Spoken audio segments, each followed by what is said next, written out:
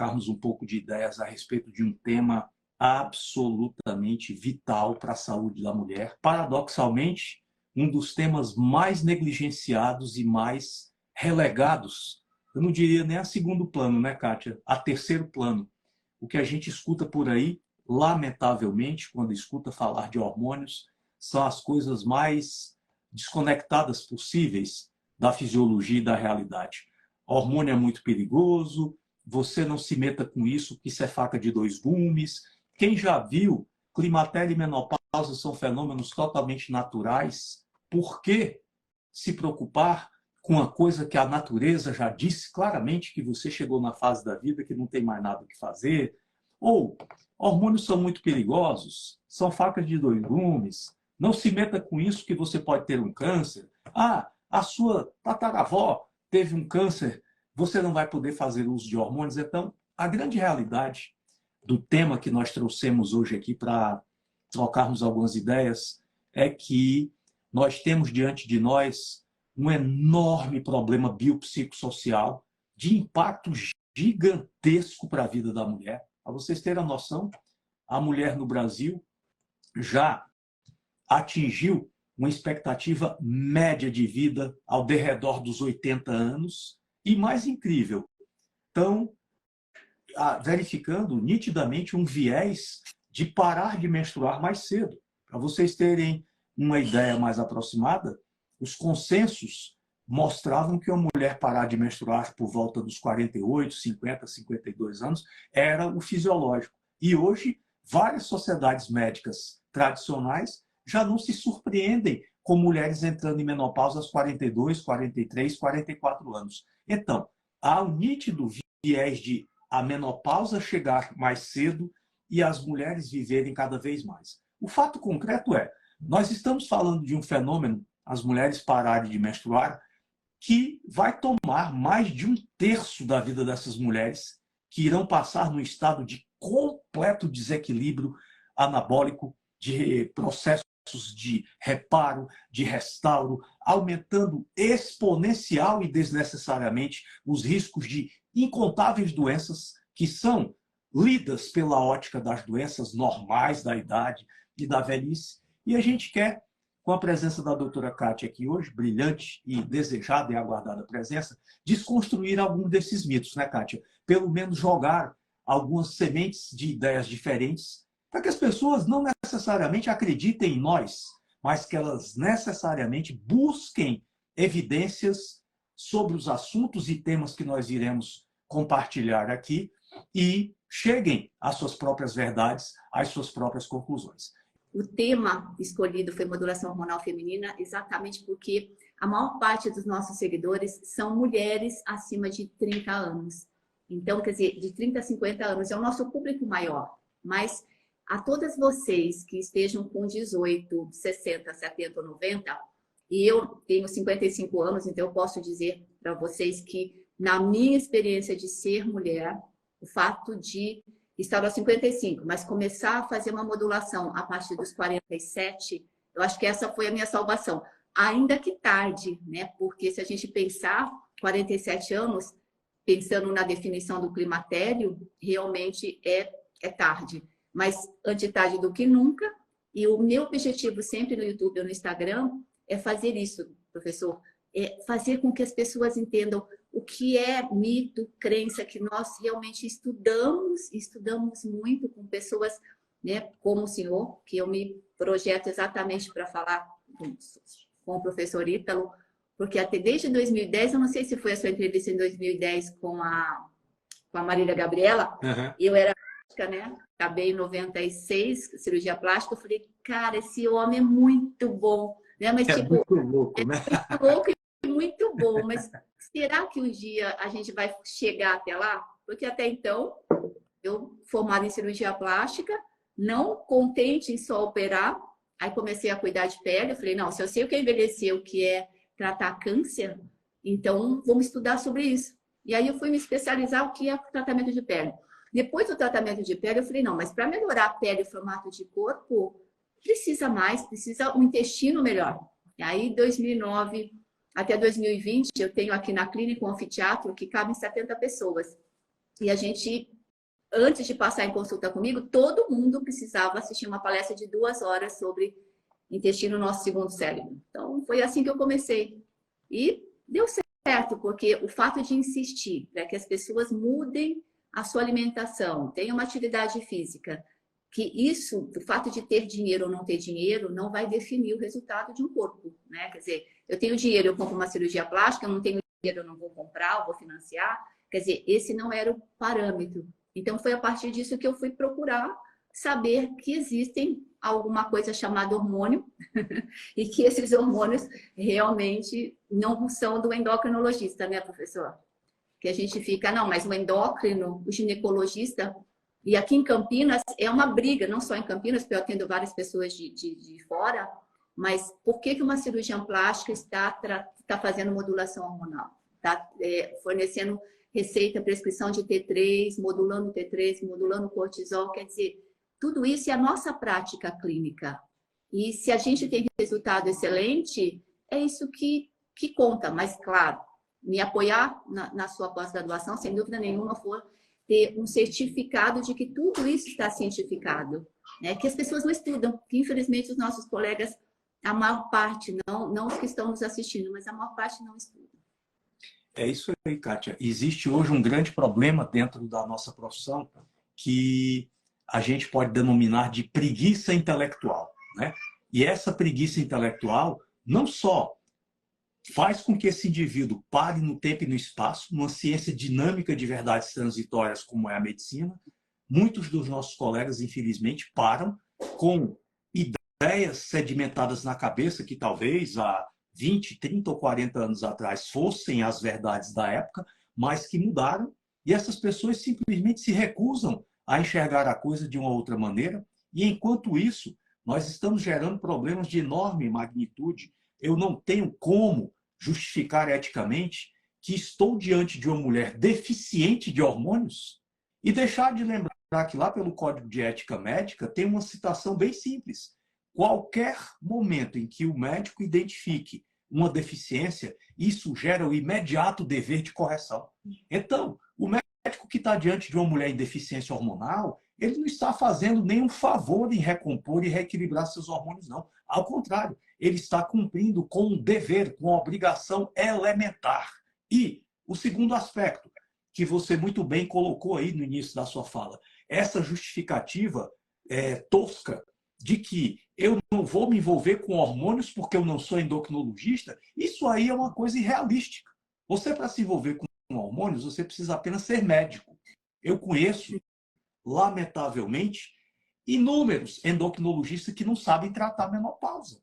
E nós temos um evento muito significativo do ponto de vista do impacto negativo dos hormônios, Kátia, que foi ali na virada do século XX para o XXI, ali exatamente no ano 2001, que foi publicado um artigo famigerado, o estudo Women's Health Initiative, que era o tal do estudo WHI. Aquele estudo foi feito com mulheres erradas, numa faixa etária errada, portando muitas delas comorbidades, usando hormônios errados, em doses erradas, e é óbvio que fazendo um desenho do estudo onde todos os parâmetros de base estavam errados, a gente não poderia expectar outro desfecho que não fossem resultados desfavoráveis. Aquelas mulheres que foram objeto desse estudo usaram hormônios obtidos de cavalo, hormônios obtidos da placenta de éguas prenhas, associados a um anti-hormônio que é o acetato de medroxiprogesterona. Então, essas mulheres nunca estiveram fazendo reposição hormonal. Essas mulheres estavam fazendo substituição de hormônios por remédios.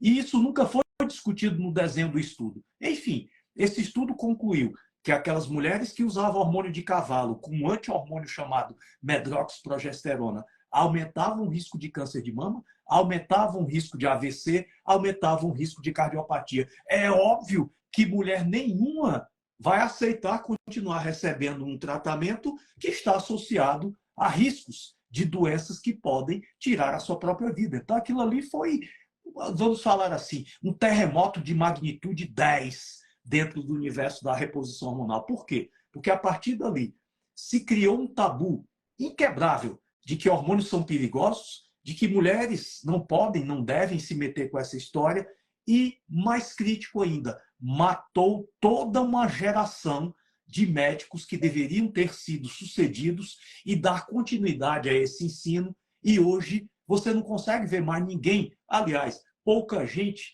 preocupada em ensinar hormonologia para médicos. E quebrarmos também esse tabu de que, não, eu não vou me meter com isso porque eu não sou ginecologista, porque eu não sou endocrinologista. Senhores, senhoras, todos que estão nos assistindo aqui, prestem atenção a uma coisa que vai ser dita aqui. O declínio hormonal do climatério, que atinge o seu apogeu na menopausa, quando as mulheres passam de menstruar, param de menstruar, é uma das mais importantes condições de saúde que afetam a vida de uma mulher.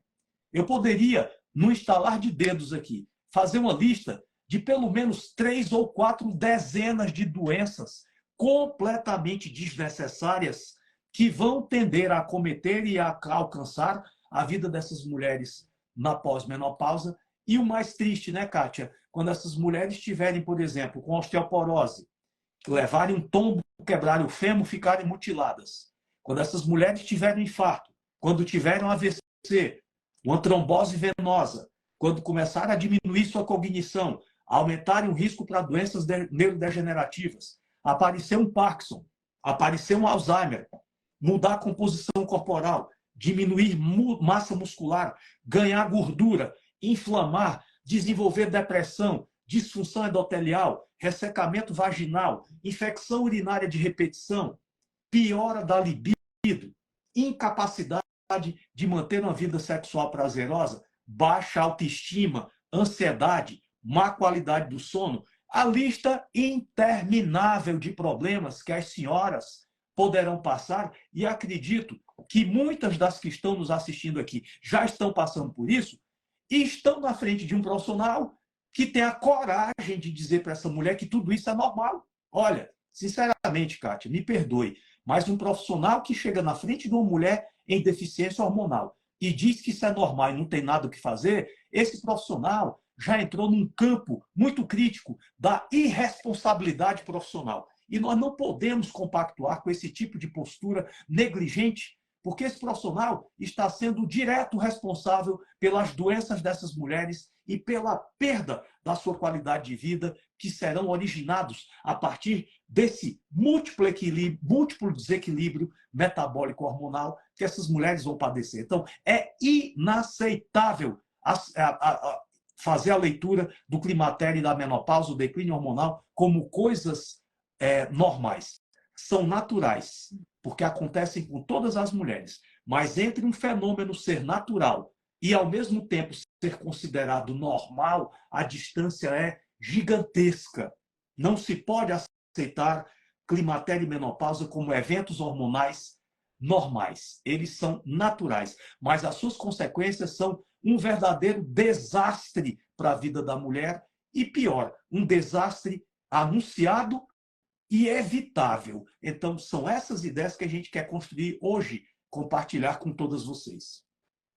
Isso mesmo. Doutor Ítalo, é importante ouvir várias perguntas falando assim, tá, o climatério, por definição, meninas, ele começa a partir dos 35 anos, são 3 fases, né, professor? A primeira fase é a diminuição da progesterona, que a maior parte das mulheres possui baixo nível de progesterona, aí o estradiol fica mais elevado ou não, mas ela tem dor na mama menstrual, tem cólica, tem uma irritabilidade, uma TPM que nem ela aguenta, né? Nem ela, imagina os coitados que estão junto. Então, essa é a primeira fase que começa a partir dos 35 anos. Depois evolui para a fase da menopausa, que é a diminuição e cessação do estradiol, e a terceira fase, que é a diminuição da testosterona. Quer dizer, nós todas vamos passar por isso. Eu já estou na fase terceira, tá? Déficit de testosterona. Então, a gente acaba comprando. Interessante, importante, né, professor? Ainda mais que o senhor é ginecologista de formação. Quando nós falamos da terapia de reposição hormonal com os hormônios sintéticos, que o senhor nós chamamos de remédio, é uma coisa. O estrogel, o Angelique, um exemplo, Natifa. Agora, quando nós usamos uma manipulação, quando nós usamos os hormônios bioidênticos, têm uma estrutura igual à nossa humana, eles são diferentes. Então, tudo é terapia de reposição hormonal, só que um é feito nome e sobrenome, né? Com hormônio sintético remédio comprado em farmácia e com os transdérmicos. Eu utilizo os transdérmicos e aí dia e noite são mais ou menos isso que é importante falar junto com o professor que é ginecologista, exatamente porque fica assim, né? Tudo tem nome e sobrenome. Então, não é todo Ítalo que é Rachid e vice-versa. É isso que a gente precisa estudar e fazer essa compreensão, né, professor? Perfeito, Kátia. Sua colocação é muito importante porque eu acredito que uma das mais significativas contribuições que nós podemos dar para essas pessoas que estão aqui nos acompanhando é exatamente essa informação de base que você começou a construir muito bem. Vejam só existe um hormônio do tipo natural. A família dos hormônios naturais é uma família constituída pelos hormônios que nós mesmos produzimos. Então, em primeira instância, o que é um hormônio? Por que existe tanto mito sobre esse assunto? O hormônio nada mais é do que uma molécula sinalizadora produzida em um complexo celular do nosso corpo, chamamos glândulas, né? Esses complexos produzem por estímulo central, pineal, hipotálamo, hipófise. Esses centros de comando central estimulam essas glândulas a produzirem esses hormônios. São substâncias produzidas em quantidades milesimais, em picos que ocorrem em alguns momentos específicos do dia. E esses hormônios, ao serem produzidos, eles viajam pela circulação e vão entrar dentro daquelas células que estão precisando daquele hormônio através de uma portinha especial que nós chamamos de receptor. Pois bem, a partir do momento em que esse hormônio se atrela na sua portinha, no seu receptor, esse complexo hormônio receptor é levado até o núcleo da célula e lá na célula o hormônio é liberado lá dentro do núcleo e no material genético da célula ele vai promover uma ação que é a transcrição do RNA mensageiro. O que é isso? É o conjunto de ordens e comandos que uma célula precisa executar com a máxima precisão para que ela se mantenha em equilíbrio dentro dela mesma e mantenha-se em equilíbrio com as demais células que compõem o nosso corpo. Esse conjunto de reações que promove equilíbrio, nós chamamos de homeostase do meio interno. Então, o que os hormônios fazem? Mantém o nosso equilíbrio metabólico, mantém a nossa capacidade de viver com plenitude, com saúde, com excelência. Só que, como a doutora Kátia muito bem pontuou, para as mulheres, essa é uma festa da Cinderela, que começa a contagem regressiva, que ela vai acabar mais ou menos ao derredor dos 30, 35 anos, como a Kátia muito bem pontuou.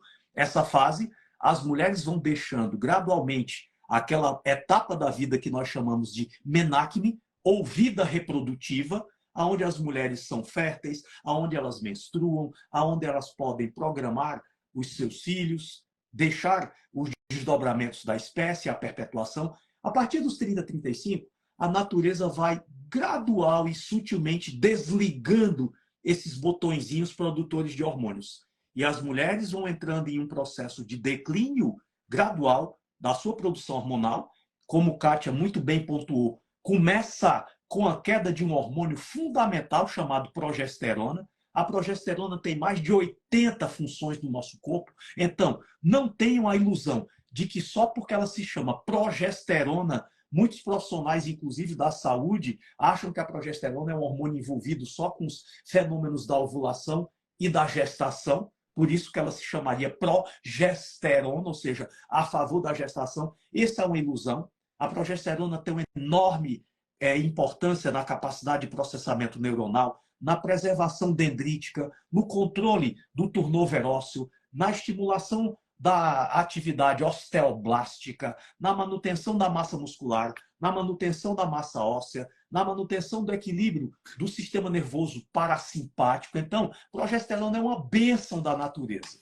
E esse hormônio começa a declinar na esmagadora maioria das mulheres exatamente aí, a partir dos 30, 35. E se você é usuária de contraceptivos, que são remédios que vão impedir sua ovulação, os contraceptivos, eles não impedem só sua ovulação, eles impedem também que você produza progesterona. Então, Uma mulher que toma anticoncepcional, ela entra em deficiência de progesterona imediatamente após iniciar a tomada dos anticoncepcionais. E essa deficiência de progesterona, ó, quando ela estiver se aproximando ali do climatério da menopausa, vai cobrar uma dívida metabólica gigantesca.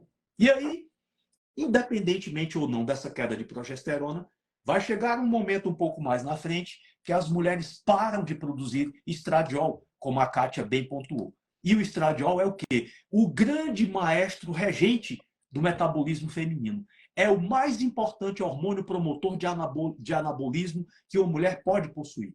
Para vocês terem uma simples noção, esse hormônio que quando as mulheres deixam de produzir, chamado estradiol, e é por falta de estradiol que as mulheres param de menstruar e, portanto, entram em menopausa, o estradiol tem mais de 400 funções regulatórias de fenômenos anabólicos no organismo da mulher. Então, é impossível uma mulher viver em equilíbrio anabólico sem estradiol. E depois que ela para de menstruar, como a Kátia magistralmente pontuou, elas recebem a pancada final, ou seja, a mulher já levou a queda do cavalo, já perdeu progesterona, já perdeu estradiol. E como se não bastasse, a natureza diz assim, não, tá pouco, eu ainda vou judiar mais de você. Aí ela para de produzir também testosterona. Às vezes, ela pode cair a produção de testosterona até antes de cair a produção de progesterona. Então, a testosterona é meio que ambivalente. Não necessariamente ela vai cair só no final, ela pode cair antes, principalmente nas usuárias de anticoncepcional, elas também tendem a cair testosterona antes. E aí, quando a testosterona cai, o desastre se completa. Porque a testosterona não está relacionada apenas com libido e desempenho sexual. A testosterona também é outro hormônio de enorme importância para a vida da mulher. A testosterona participa dos processos ativos de transporte de oxigênio, da síntese de eritropoetina, da construção de massa muscular, de músculo esquelético, atua também protegendo a perda de massa óssea, tem uma ação moduladora do sistema excitatório neuronal, é fundamental para a mulher que é fisicamente ativa, ou seja, hormônios, senhoras, são bênçãos da natureza. Hormônios são vida. Hormônios trabalham a favor da vida. E no dia que uma mulher expressar medo de hormônios, eu só posso entender isso por duas óticas. Ou ela não sabe o que é hormônios, ou ela está sendo acompanhada por um profissional que não sabe o que é hormônio. Porque não é possível se ter medo de substâncias que são produzidas naturalmente no nosso corpo desde a vida intrauterina. O feto já produz hormônios. Então, se hormônio é perigoso, uma gestação teria que terminar numa tragédia, né, Kátia? Porque a mulher eleva exponencialmente a produção de hormônios durante a gestação e a gente não vê doença nenhuma, né? Ao contrário, na gestação a mulher exubera bem-estar, sabedoria, paciência, elegância, a pele é uma seda, é um pêssego, as mulheres, o cabelo é maravilhoso, elas ficam muito mais sensíveis, aguçam ainda mais sua inteligência. E por que será isso, hein? Sim, porque elas estão sendo bombardeadas com hormônios. E aí, para finalizar o raciocínio, a Kátia também pontuou. Existe o hormônio natural, e ele é aquele produzido dentro do meu corpo. Se o hormônio que você está sendo exposta não foi produzido por você, ele não é natural, ele é sintético, ele é artificial. Mas aqui é que está a diferença. O hormônio artificial pode ter uma estrutura molecular igual à do hormônio natural ou diferente do hormônio natural. Quando esse hormônio, produzido por um meio artificial, tem uma estrutura diferente do hormônio original, ele se chama hormônio sintético. E aí, nós não estamos falando de hormônio. Hormônios sintéticos são remédios. Por exemplo, a mulher que toma anticoncepcionais, ela não está tomando hormônios, ela está tomando remédios que vão suprimir sua ovulação e sua produção hormonal. Uma mulher que está fazendo reposição hormonal com a droga, por exemplo, como a tibolona, tibolona não é um hormônio, tibolona é um remédio. O progestogênio é um remédio, a progestina é um remédio, a noretesterona é um remédio, a levonorgestrel é um remédio. Então, o que é um hormônio? Hormônio, a mulher está repondo estradiol bioidêntico, progesterona bioidêntica, testosterona bioidêntica. Ok, ok. Esses hormônios foram feitos, foram fabricados, mas isso não tem a menor importância. O que vocês precisam entender aqui, o hormônio pode ter sido fabricado em qualquer lugar. o que é que ele precisa ter? A estrutura molecular igual ao hormônio natural. E é exatamente isso que é o hormônio bioidêntico. O que é o hormônio bioidêntico? É uma molécula fabricada artificialmente, mas que tem a mesma estrutura do hormônio natural que você não está produzindo. E a comparação, Kátia, que eu chego mais próxima das pessoas compreenderem essa analogia, é quando você compra um carro. Você já percebeu? Você recebe a chave original e a chave reserva. E a pessoa ainda lhe dá a instrução. Olha, guarde essa chave aqui em um lugar seguro, porque se um dia você precisar ou perder sua chave original, que é o hormônio natural, você tem uma chave igualzinha, que é a chave reserva, que é o hormônio bioidêntico. Então, o que é o hormônio bioidêntico? É a chave reserva que você vai usar depois que entra em menopausa. Os efeitos são exatamente os mesmos dos hormônios naturais. E é isso que a gente precisa deixar bem claro para que não fique nenhuma dúvida sobre o que é um hormônio sintético e um hormônio bioidêntico. Muito bom, doutor. E na clínica, né, na minha prática diária, e que a gente começou a falar que a menopausa, o climatério, com a segunda fase, que é a cessação da menstruação, ela está começando cada vez mais cedo, aos 39, aos 40, aos 42. Quer dizer, isso é uma prática minha hoje. Mas eu acabo, professor, identificando que não é uma menopausa de fato, mas sim um déficit de cortisol, um déficit de 3, uma deficiência de vitamina D3. Quer dizer, o que nós, os hormônios da base, né, que nós sempre falamos, que é melatonina, vitamina D3, cortisol e T3, todos esses 4 hormônios, eles precisam, desde que a gente menstrua, está sendo dosado no nosso sangue. E o que não acontece, porque a menina menstrua, vai para o ginecologista, aí o que ele passa? Um anticoncepcional para a pele. E esse anticoncepcional para a pele vai acabar ocasionando os mioma, a endometriose, que muita gente perguntou aqui nas perguntas, quer dizer, mioma e endometriose, ela tem uma relação intrínseca com o déficit de progesterona, não é assim? E nós estamos perdendo muito a chance de, mas o meu médico não entende isso. Então, a partir desse momento que o nosso médico não entende, ou a gente muda de médico, ou a gente vai se tratar realmente com cirurgião plástico, com outras especialidades. Porque essa é a minha prática diária. E as pessoas vêm procurar beleza, mas se a beleza está fazendo parte dessa sopinha de hormônios que nós precisamos regular. Não é assim, professor? É isso, Kátia. E exatamente essa questão que você pontuou, que ela é muito importante. Vejam só, pessoas que estamos juntas aqui. O corpo humano é uma orquestra hormonal. Nós estamos falando aqui de menopausa e de climatério porque é um tema onde as mulheres vão expressar já uma fase crônica e terminal de uma série de eventos que começa a acontecer bem mais cedo. Então, qual é o nosso foco? O trabalho da doutora Kátia, o meu trabalho e de vários outros médicos que defendemos esse conceito da medicina da saúde, da medicina integrativa. O nosso trabalho é manter pessoas saudáveis. O nosso trabalho é dar manutenção preventiva. E eu não conheço uma forma mais eficaz de tratar saúde do que manter hormônios em equilíbrio. E o que as pessoas precisam entender aqui? Nós temos uma hierarquia hormonal que começa a partir da visão do ser humano de pé. A glândula mais importante do corpo humano, ela fica bem aqui no meio do nosso cérebro, chamado glândula pineal, ou também conhecida como epífise. É o grande centro regulador de todos os sistemas de produção e distribuição de energia do corpo humano. Depois da pineal, nós temos aqui embaixo o hipotálamo, principalmente os centros paraventriculares e mediais, que controlam uma glândula que fica mais ou menos nesse nível aqui, chamada hipófise. A hipófise é uma glândula que controla a função da tireoide, a função das suprarrenais, a função do pâncreas, a função dos testículos, a função dos ovários. Olha só que coisa interessante. Nós estamos falando aqui de hormônios que são produzidos lá nos ovários, lá embaixo.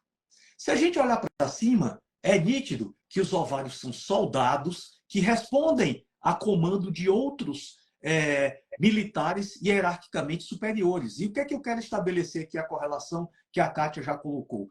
Existe uma correlação umbilical entre os ovários e a tireoide. Só é possível uma mulher expectar ter ótimos ovários se ela tiver uma ótima tireoide. E não só isso. A tireoide, por sua vez, é uma glândula que está completamente condicionada ao funcionamento das suprarrenais. E as suprarrenais e a tireoide estão condicionadas a dois hormônios que controlam todos os processos de transcrição do RNA, que são a melatonina e o hormônio D, que muitas pessoas conhecem aí como vitamina D. Então, eu, Kátia e vários outros profissionais integrativos achamos e defendemos a ideia de que o momento de tratar a menopausa e de tratar o climatério é ontem, é na primeira consulta, é na primeira vez que essa mulher vai ao seu consultório. Que idade ela tem? Sei lá, ela pode ter 9 anos, 11, 17, 28, 34. O primeiro momento que você já tem obrigação, enquanto médico, de averiguar o potencial de saúde desses ovários é na primeira consulta. Por quê? Porque na primeira consulta você vai fazer a pergunta principal: como é que é o seu sono? E dependendo do sono dessa pessoa, nós já podemos intuir, né, Kátia, se ela tem uma boa ou inadequada produção de melatonina. A melatonina é um regulador direto das funções ovarianas. Depois, nós vamos perguntar se essa pessoa se expõe ao sol todo dia, de uma maneira regular, entre 10 da manhã e 3 da tarde, com pelo menos 80% do corpo dela descobertos, por 20 minutos na posição totalmente horizontal. E a gente já sabe, né, Kátia, que a resposta vai ser não. Então, essa pessoa tem uma provável insuficiência de hormônio D, principal regulador da transcrição gênica nos ovários das mulheres. Depois, nós vamos avaliar como é que é o nível de cansaço e a distribuição de energia ao longo do dia. Essa mulher é ou não submetida a um grau maior ou menor de estresse? Essa mulher está sob um efeito emocional mais intenso ou menos intenso?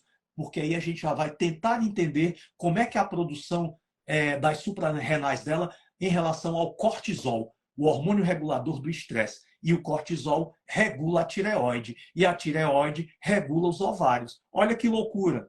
E para pesquisar a função tiroidiana, a gente vai pedir que essa mulher faça uma aferição da temperatura matinal bucal, e se essa temperatura for menor do que 36,3 graus centígrados, nós podemos afirmar categoricamente que dentro das células dessas mulheres está faltando T3. Não importa qual é o seu nível de TSH.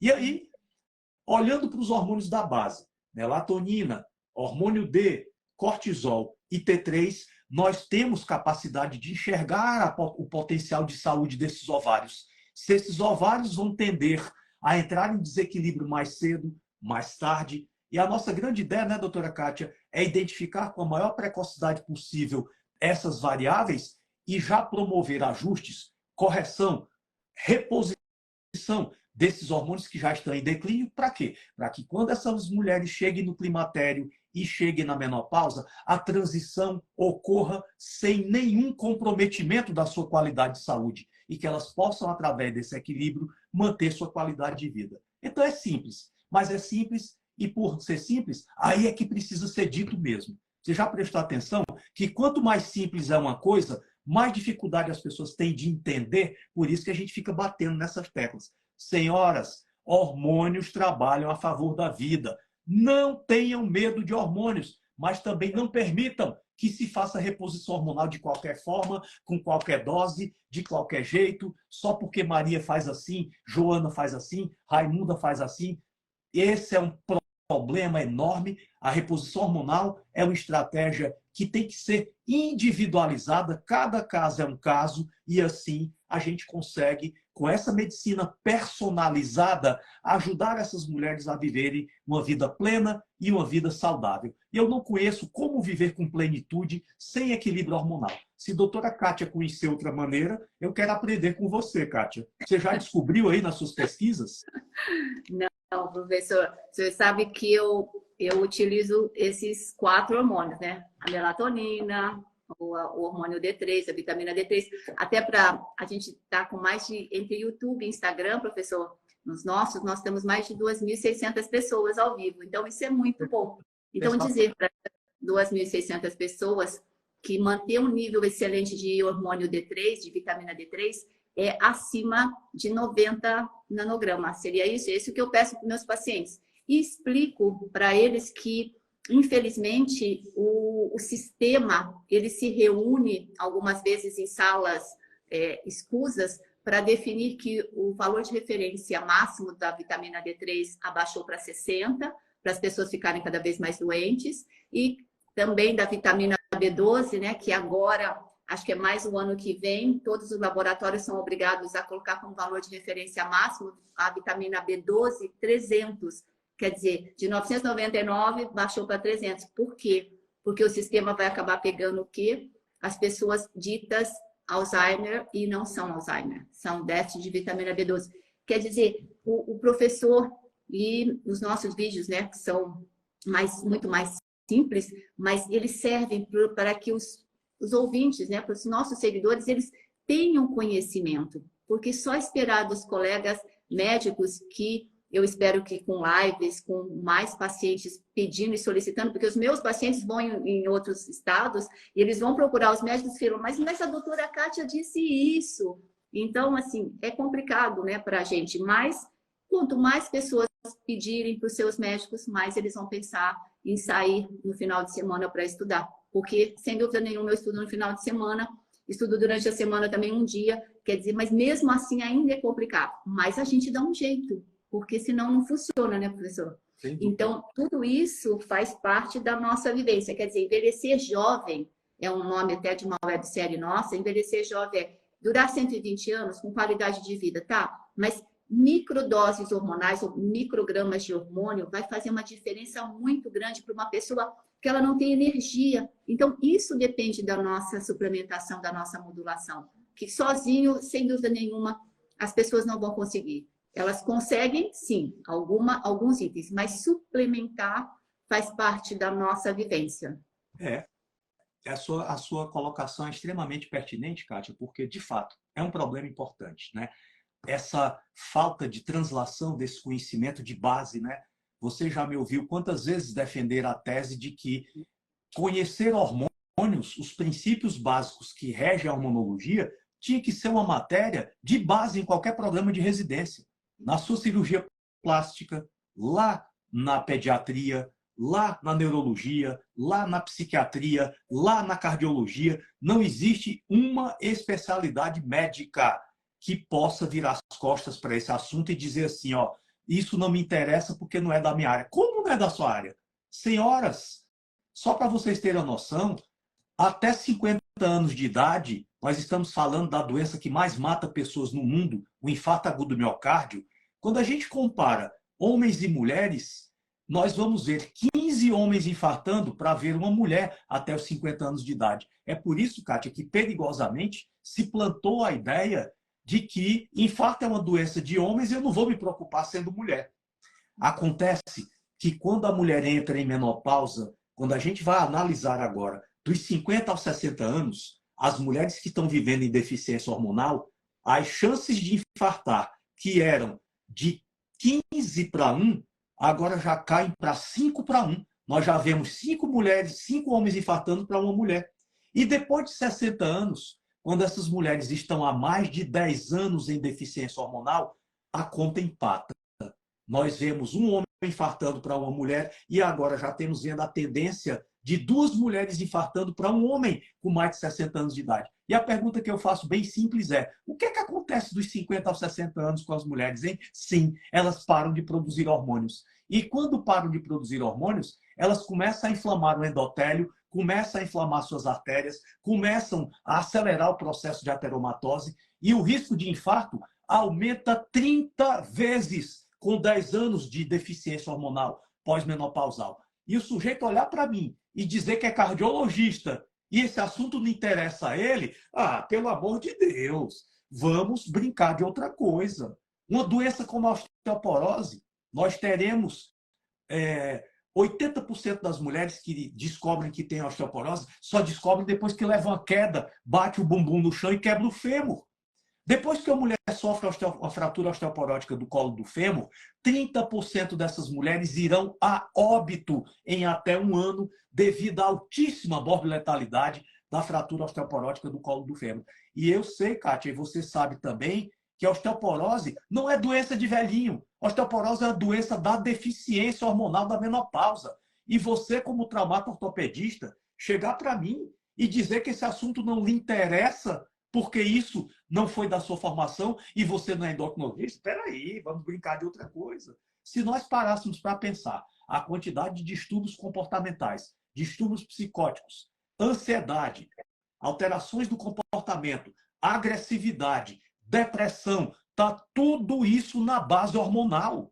E o psiquiatra chegar para mim e dizer que vai passar fluoxetina porque ele não sabe o hormônio, porque isso não tem nada a ver com ele. Senhores, vamos parar de brincar com a vida das pessoas e vamos assumir uma responsabilidade sobre esse assunto. Se eu não quero me meter com a reposição, eu pelo menos tenho que ter a humildade de dizer assim, ó, esse assunto eu não conheço, ele é muito importante e eu vou assumir um compromisso de referenciar a senhora para um médico da minha confiança que faz o tratamento hormonal da menopausa. O que nós não podemos, Kátia, é continuar nesse embate de egos. Eu não sei de uma coisa, não quero saber, tenho raiva de quem sabe, ainda difamo quem faz. Isso tem que parar na medicina. Nós precisamos dominar os nossos egos. Nós temos que colocar o nosso saber a favor da vida humana. Nós temos que praticar o humanismo na medicina. Não dá mais para praticar medicina só prescrevendo remédios. É óbvio que em muitas situações os remédios são importantes e os remédios são necessários. Nós não estamos aqui para difamar a prescrição de remédios. Nós estamos aqui para dizer que muitas vezes o remédio que você pode estar usando hoje na menopausa para tratar uma doença que alguém colocou na sua cabeça que isso é da idade, esse problema pode ser conectado com deficiências hormonais. O remédio controla o efeito, mas o reequilíbrio hormonal pode combater a causa. E no momento que eu combato e elimino a causa, vai ser improvável que o efeito persista. Porque se eu eliminar a causa, o efeito, teoricamente, vai embora junto. Então é isso que nós estamos falando. Darmos as mãos. Não existe uma medicina melhor do que a outra, a medicina do Ítalo, a medicina da Cátia. A medicina é uma só. A proposta, quando a gente sai de casa para praticar medicina, é que tem que ser diferente. Eu tenho que saber tratar algumas doenças? Sei. Preciso. Mas eu preciso aprender a tratar saúde. E isso, Kátia, infelizmente, é uma coisa que poucos médicos sabem fazer. Porque eles são incompetentes ou são incapacitados intelectualmente? Não. Não é incompetência, não é incapacidade intelectual. É falta da formação nesse assunto. E é por isso que nós temos um dever e uma missão, através do Grupo Longevidade Saudável, de levar ao máximo possível de médicos esse conhecimento, que não é de uma especialidade, é de todo médico que tem compromisso com a vida e com a manutenção das pessoas saudáveis. Porque é para isso que os hormônios estão aí, para regular o metabolismo, para promover equilíbrio e para promover saúde. Os hormônios não vão trabalhar contra você, desde que seja feito da maneira correta. Não é isso mesmo, Kátia? Seu nome e sobrenome, né, professor? Eu tenho uma pergunta que me deram aqui de uma que está nos ouvindo, a Regina, e ela fala exatamente nesse sentido. Olha, tenho 47 anos e devido a um câncer de endométrio, retirei ovários, trompas e útero. Caí de vez na menopausa. Estou com sintomas desagradáveis, insônia, fogacho, alteração de humor e muito esquecida. Devido ao câncer, eu devo repor hormônios? É a interrogação dela. Essa é uma pergunta bastante delicada, porque ela envolve a análise de vários fatores. Primeiro, não é pelo fato de uma pessoa ter câncer ou não ter câncer que ela está proibida de usar hormônios. Ao contrário.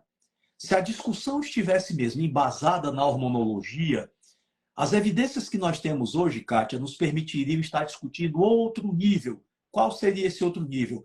A importância de manter mulheres com câncer em equilíbrio hormonal, porque os hormônios modulam a imunidade, os hormônios melhoram a síntese proteica, os hormônios aumentam o anabolismo, os hormônios regulam aspectos da programação da morte de células aberrantes. Então, os hormônios em qualquer cenário trabalhariam a favor de um melhor prognóstico contra a doença.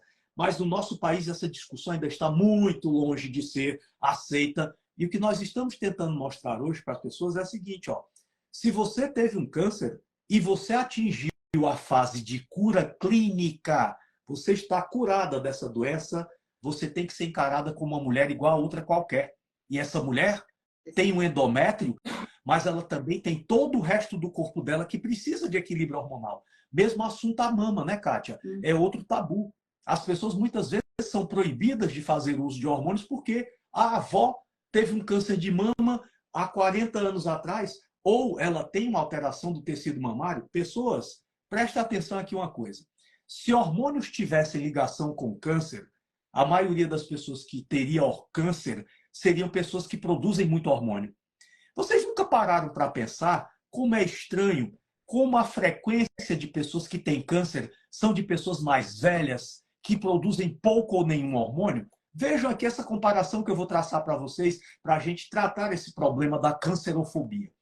A mulher atinge o ápice da sua produção hormonal por volta dos 25 a 30 anos de idade. Pois bem, no ápice da produção hormonal, nós precisamos ver aproximadamente 20 mil mulheres saudáveis para encontrarmos um caso de câncer de mama. Lá no outro extremo da vida, mulheres ali naquela faixa 75, 80 anos, essas mulheres nem hormônios produzem mais.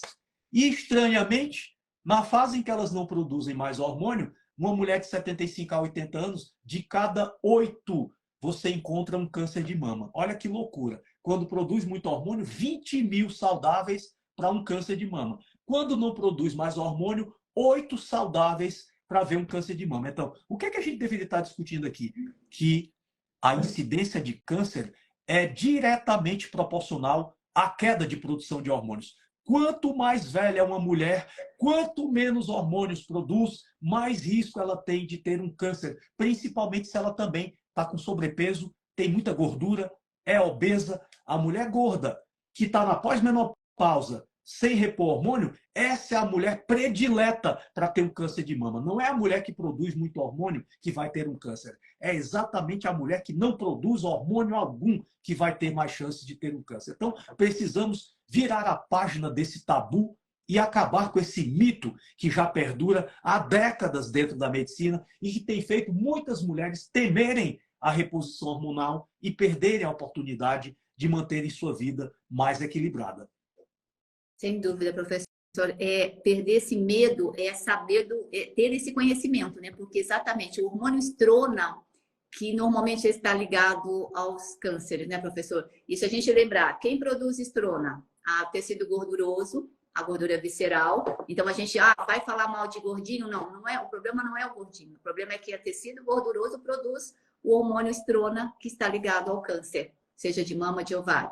Os queijos, os derivados de leite. Hoje as vacas elas estão, né, super estimuladas com a somatotropina bovina recombinada, quer dizer, lotada de hormônio estrona. Os anabolizantes, que não são os hormônios bioidênticos, e sim remédio. E, normalmente, se eu fosse falar da história da Regina, com certeza ela foi usuária de anticoncepcional, porque ninguém diz para a jovem que, se você vai tomar anticoncepcional e aos 15 anos e aos 50 você vai ter um câncer, né? Não é bem assim. E outra coisa interessante, professor, porque com certeza tem homens nos assistindo. Hoje eu recebi um paciente de 64 anos e ele vai fazer a terceira biópsia de próstata, porque o irmão é médico e porque eles têm um consenso na urologia que os homens, a partir dos 70 anos, todos vão ter câncer de próstata. Eu falei, mas como assim? Eu falei, mas você não vai ter, né, Marcos? Por quê? Porque a gente faz a sua modulação, você tem hormônio. Então, quer dizer, os hormônios, eles estimulam as células defeituosas a morrerem. Eles forçam as células defeituosas a morrerem. E é isso que é maravilhoso. Quer dizer, o jovem está cheio de hormônio, porque eles não usam anticoncepcional. Então, naturalmente, a gente faz as células defeituosas morrerem. E depois que a gente envelhece e não tem hormônio, a gente não tem mais esse controle.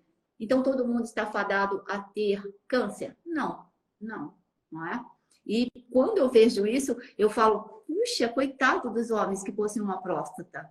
E aí o urologista, e foram 3 urologistas dizendo exatamente isso. Não, a gente tem que ficar fazendo biópsia porque vai chegar um momento que vai dar positivo. E aí a gente tira a sua próstata. Não. Então, é lamentável, né, professor? É a mesma analogia que é feita também com a saúde masculina. Você não vai ver homens jovens de 25, 30 anos tendo um câncer de próstata. Eu nunca vi na minha profissão nenhum homem jovem tendo um câncer de próstata. Ao contrário, eu vejo homens tendo câncer de próstata lá no outro extremo da vida, no mesmo extremo que se encontram as mulheres na pós-menopausa. Homens que produzem quase nenhuma testosterona. Esses caras é que são os candidatos por excelência a terem um câncer de próstata. Então, o mito que a gente precisa romper aqui: hormônios não estão associados a câncer.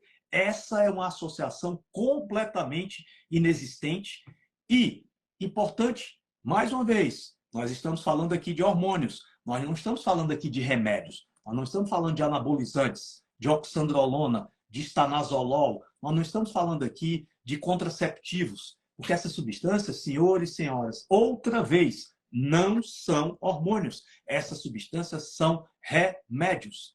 E passou aqui, Kátia, uma intervenção muito interessante que eu não queria perder. Para vocês terem uma noção, ela falou de janela de oportunidade, né? Porque também existe esse mito. Ah, a senhora já chegou numa certa idade, não tem mais que se meter com esse negócio de hormônio. Essa fase que a senhora tinha de benefícios com hormônio já passou. Não se preocupe mais com isso. Então, isso não existe, senhores. Isso não existe, senhoras. O que a gente precisa delimitar é uma fronteira bem nítida, aonde as evidências dos trabalhos científicos de boa qualidade apontam claramente. Quando a mulher tem a oportunidade de iniciar sua reposição hormonal com até 10 anos de menopausada, essa mulher pode ter os benefícios preventivos dos hormônios. Nós estamos introduzindo o processo de reposição e reequilíbrio hormonal com amplas chances de prevenir uma série de problemas, uma série de doenças. Depois que essa mulher passa essa janela de 10 anos, não é que ela não vá se beneficiar com os hormônios, é porque nós praticamente perdemos a janela de prevenção. Aí a gente já vai para a janela de terapia. Os hormônios vão entrar com mais de 10 anos de menopausa para ajudar a controlar problemas que essas mulheres já têm. Por exemplo, ela tem uma perda óssea osteopênica, ela tem uma perda óssea osteoporótica. A gente vai estar aí trabalhando para manter o patrimônio de densidade óssea que ela tem. Trabalhar para manter o patrimônio e não deixar que ela continue agravando esse problema e chegue lá na frente e tenha fratura. Então, muito importante essa colocação que foi feita aqui, porque sim, isso é pertinente. Quanto mais cedo se começar, maiores as vantagens preventivas. E quando eu escapo dessa janela de 10 anos, a gente vai estar olhando para a reposição hormonal, muito mais com o intuito de controlar os problemas que essas mulheres já têm e não deixar que eles se agravem. Em todos os cenários isso é vantajoso e pouca coisa vai se ter de prevenção depois de 10 anos. Mas a lição que precisa ficar aqui: a mulher pode se beneficiar da reposição hormonal em qualquer idade que esteja. Em qualquer idade. É preciso que nós acreditemos que existe vida antes da morte. E nós não podemos virar as costas para as pessoas, abandoná-las ao esmo e dizer: não, a senhora já tem 70 anos, eu não tenho mais o que fazer. Não, a senhora ainda tem 70 anos e vamos tentar trabalhar para equilibrar tudo o que for possível através das medidas que nós utilizamos e defendemos na nossa prática diária. Não é isso mesmo, Kátia? É isso, professor. Na verdade, na minha prática, eu vejo que os pacientes sempre se beneficiam. Seja que chegando aqui aos 70 ou aos 80, eu modulo, mas importante na minha prática, professor, que eu vejo que se eu melhoro o cortisol dela, se eu reponho com o cortisol na base, eu normalmente tenho o melhor resultado da suplementação com os hormônios bioidênticos, transdérmico. Quer dizer, isso faz uma diferença na minha prática. Mas todas, elas começam até a namorar, elas começam a ter outra, né? Namorar, mudar de querer fazer um novo curso. É muito bom. Elas descobrem que existe vida, né, Kátia? E é assim, eu estou vendo muitas rosas e acredito que esse quadro aí deve ser algo em torno aí de um... Deixa-me ver, parece um Van Gogh, né? Eu não sei exatamente, mas lembra muito o estilo do Vincent Van Gogh. E olhando para essas flores e jardins aí atrás de você, a gente pode pegar uma analogia e deixar na cabeça dessas pessoas a seguinte ideia: as mulheres que estão envelhecendo em queda hormonal, elas estão muito vivas. elas não deixaram de se pertencer, elas ainda existem em algum lugar aí dentro. Da mesma forma que você plantou um jardim na sua casa, mas esqueceu ou foi desestimulada a cuidar de alguns aspectos como adubar o jardim, fazer com que essas plantas e flores recebam sol, que recebam água, que recebam carinho, que recebam amor. Uma mulher em deficiência hormonal é exatamente esse jardim sofrido, esse jardim que está sem adubo, esse jardim que está mal aguado, esse jardim que está mal nutrido, mas ele permanece aí. Ele não deixou de existir e nós não temos direito de desistir das pessoas por tabus, por desinformação e por desconhecimento. Nós, médicos, simplesmente não temos esse direito. Não é uma questão de opção de não se envolver com hormônio, é não ter direito em não se envolver, porque você está virando as costas para uma deficiência. E não corrigir uma deficiência, mais uma vez, é não cumprir com o dever elementar médico. Eu tenho o dever de corrigir as deficiências. Então, vamos sim entender que os hormônios trabalham a favor da vida e vamos sim entender também que não se pode fazer isso de qualquer forma, de qualquer jeito, com qualquer hormônio, em qualquer sequência. Como Kátia muito bem colocou, às vezes a gente tem que adiar um pouco o próprio tratamento da menopausa para corrigir os desequilíbrios dos hormônios da base. Vai ser muito pequeno o resultado da reposição da menopausa se eu não cuido de corrigir a melatonina, não cuido de corrigir o hormônio D, o cortisol, a tireoide, o T3. Então, existe uma sequência hierárquica em que essas coisas precisam ser feitas e é assim que a gente procura trabalhar. Eu, doutora Kátia e vários outros médicos que temos sim essa visão de tratar a saúde das pessoas em primeiro lugar. É isso mesmo, Kátia? É isso, professor. Compartilhar conhecimento, esse é sempre o nosso objetivo, né? Eu falando sempre para os nossos seguidores de uma forma mais leve, de uma forma que eles compreendam melhor, e a longevidade saudável falando de uma maneira que médico gosta, né? Que médico tem não só um pouco mais de conhecimento, mas ele gosta de artigos, de um monte de título. Então, faz parte da nossa vivência. E é isso que a gente veio fazer aqui. É muito importante ter pessoas do bem como você disseminando esses conhecimentos de forma corajosa. Você também não é endocrinologista, você não é ginecologista, mas você é médica. E foi tudo que foi necessário para você entender que deveria comprar essa causa, torná-la também sua, né? Seu trabalho brilhante que a gente acompanha. Eu sou entusiasta e fã dessa forma absolutamente empática e honesta e amorosa com que você se dedica às pessoas. E é óbvio que pessoas como você vêm aqui por um propósito muito especial. Papai do céu não coloca gigantes espirituais como você nessa terra para executar uma missão qualquer. A sua missão é muito elevada, é muito digna. Ela trabalha um aspecto fundamental que é, através da espiritualidade, nós mostrarmos para essas pessoas que nós estamos aqui no mesmo barco.